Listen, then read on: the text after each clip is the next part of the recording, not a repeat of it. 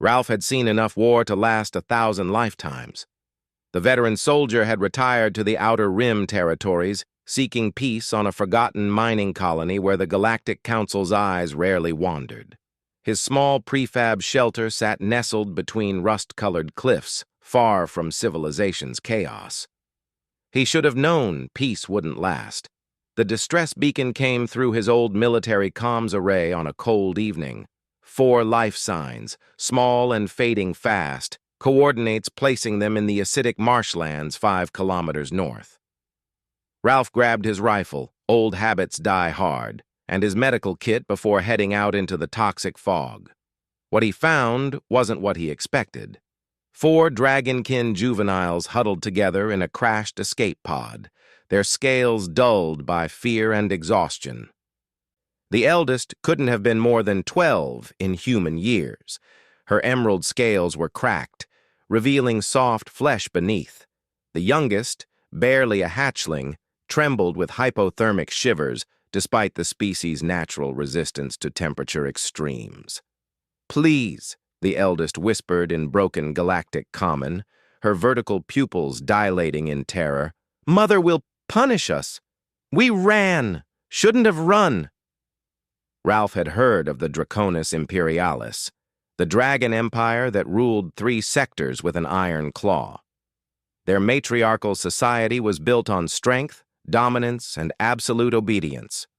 Runaways were considered disgraceful. He should have called the authorities, should have walked away. Instead, he picked up the smallest one, she couldn't have weighed more than 30 pounds, and said, "Can you all walk?" They could. Barely.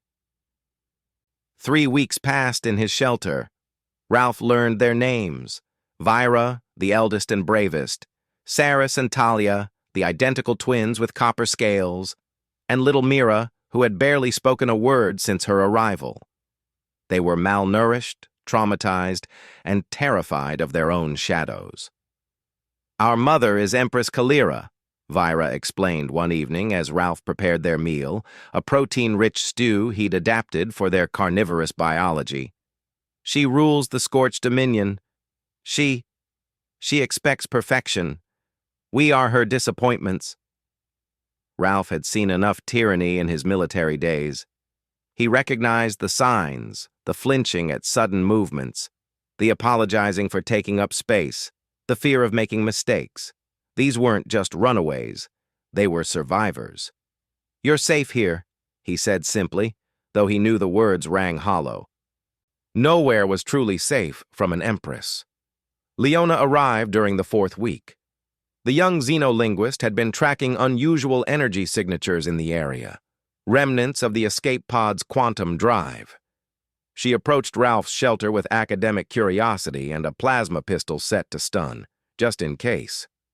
What she found was a grizzled human veteran teaching 4 dragon children how to play a card game called Go Fish. "What in the 7 hells?" Leona lowered her weapon, dark eyes wide with disbelief. "Language," Ralph said without looking up from his cards. "Kids are present." Leona, to her credit, adapted quickly. Within an hour, she'd assessed the situation, run medical scans on all 4 children, and begun cataloging their psychological trauma with the detached professionalism of someone who'd seen too many refugee crises. "You know who their mother is?" she asked Ralph quietly while the children slept. "Yep." "You know she'll come for them?" "Yep." "And you're just... what? Going to fight an empress? One human against a draconic warship?" Ralph cleaned his rifle methodically. "If it comes to that..." Leona stared at him like he'd grown a second head. Then she sighed. "Humans, you're all insane." She paused. "I'm staying. Someone needs to document this stupidity for the historical record." Empress Kalira's arrival shook the ground. Her warship descended like a falling sun, its weapons systems painting Ralph's shelter with enough targeting lasers to atomize a city block.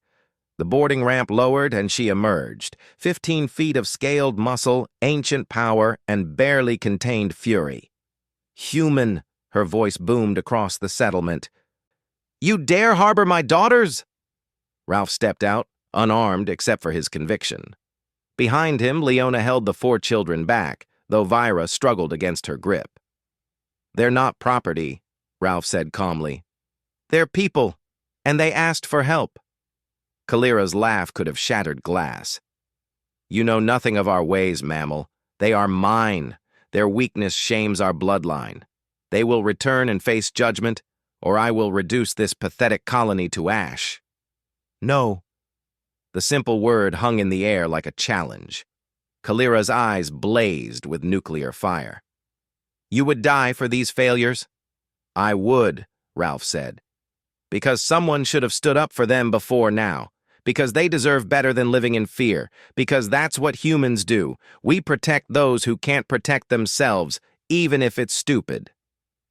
"Especially if it's stupid," Leona muttered behind him, definitely getting this in the historical record. Kalira descended, her massive form towering over the human veteran. She could have incinerated him with a thought. Instead, she studied him with ancient, calculating eyes. "You shame me, human," she said finally, her voice quieter now. "A stranger shows my daughters more honor than their own mother." She looked past him to where 4 small faces peered out. "More courage in your fragile frame than in my entire empire." She turned away, wings spreading wide. "Keep them. Teach them whatever foolish human virtues you possess. When they are strong enough to face me as equals, they may return. Not before." As her warship lifted off, Vyra whispered, She's never walked away before." Ralph shrugged. Maybe she needed someone to remind her what strength really means. He looked at the 4 children. No, 5 people now, counting Leona, who'd decided to stay. "Now, who wants to learn how to make pancakes?" "What's a pancake?" asked Mira, speaking for the first time in weeks. Ralph smiled. "Kid, you're about to find out why humans are actually dangerous. Our cuisine is a war crime in 17 sectors." Leona laughed despite herself. Humanity, indeed. Fuck yeah. The end.